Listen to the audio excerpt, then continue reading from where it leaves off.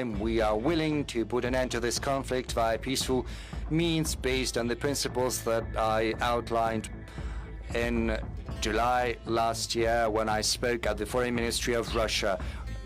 The root causes that brought about this conflict have to be addressed. On the whole, I can tell you that right after our troops expelled the adversary from the Kursk region, the strategic initiative, to be more precise, is firmly in the hands of the Russian armed forces. What does it mean? It means that our forces are advancing along the whole line of contact. At some places, they are moving ahead faster, sometimes slower, but everywhere along the line of contact, the adversary is being pushed back.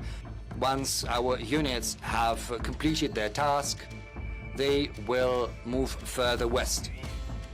I'm confident that by the end of the year, we will have seen new successes by our armed forces, by our soldiers, by our warriors at the line of contact.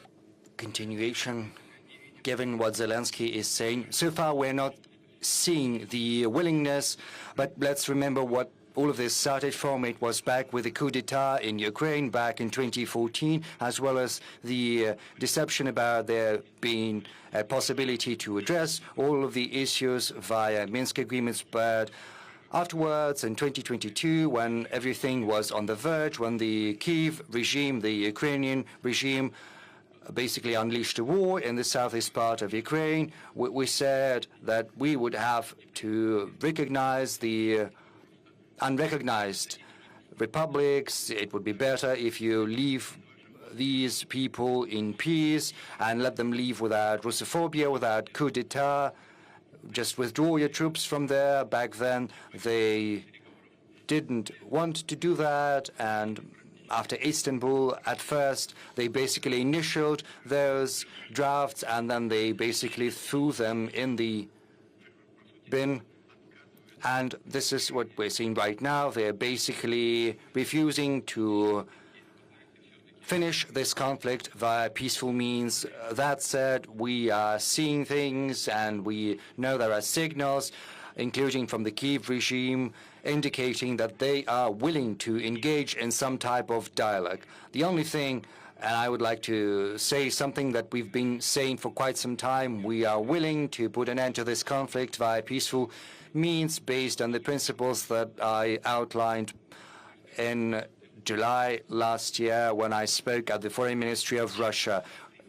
The root causes that brought about this conflict have to be addressed.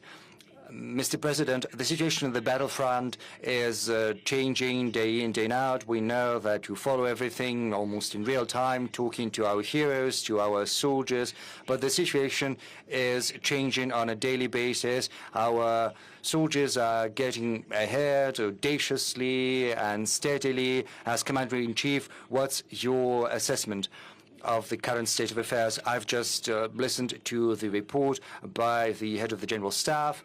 On the whole, I can tell you that right after our troops expelled the adversary from the Kursk region, the strategic initiative, to be more precise, is firmly in the hands of the Russian armed forces. What does it mean? It means that our forces are advancing along the whole line of contact.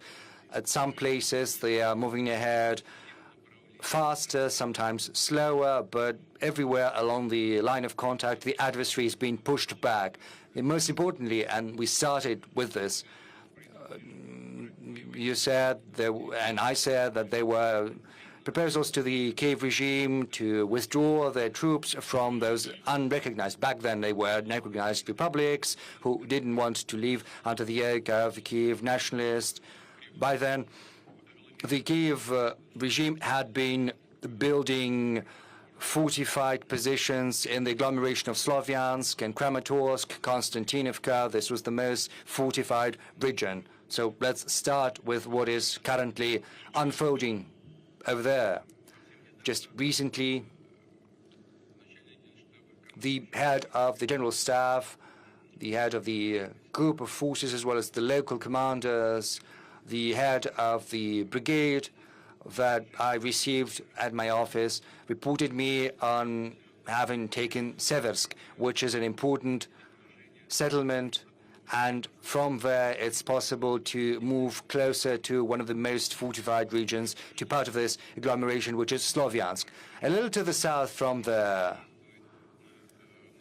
our armed forces are active in the South Liman direction. The troops are in the city already. The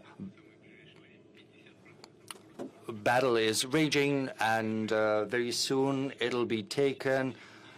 A huge percentages under our control, but the advancement is going to continue. I said that Konstantinovka is part of this agglomeration, and the battle is already there. More than 50% of Konstantinovka is under Russian control. I have no doubt whatsoever that this settlement is going to be taken as well. There was an important development, namely the taking of Krasnoarmeysk, because from Krasnoarmeysk, you know, the competent level of the armed forces will have to make a decision on which direction to take, but this is a very good bridgehead to continue offensive operations. And to the south, northeast, there is the city of Dmitrov, which is also an important bridgehead, and it is completely encircled. I think around 50% of the city will have been taken by our forces. By now, the adversary did not get an order or the command to lay down arms. They're trying to break the encirclement, moving in small groups. They're undertaking attempts to take back at least parts of Krasnoarmeysk, in vain so far. The adversary is sustaining significant losses and seeing no success. Another group of Russian armed forces, East Vostok Group, is making great headway across Zaporozhye region, liberating one settlement after another. As you know, currently the battle is taking place in Hulai-Polye. The city is divided by a river into two parts. The biggest is on the opposite part of the river. This barrier has been bridged, and the battle is raging inside the city, but an important part of the group of force of Vostok is moving even further, liberating one settlement after another in Zaporozhye region.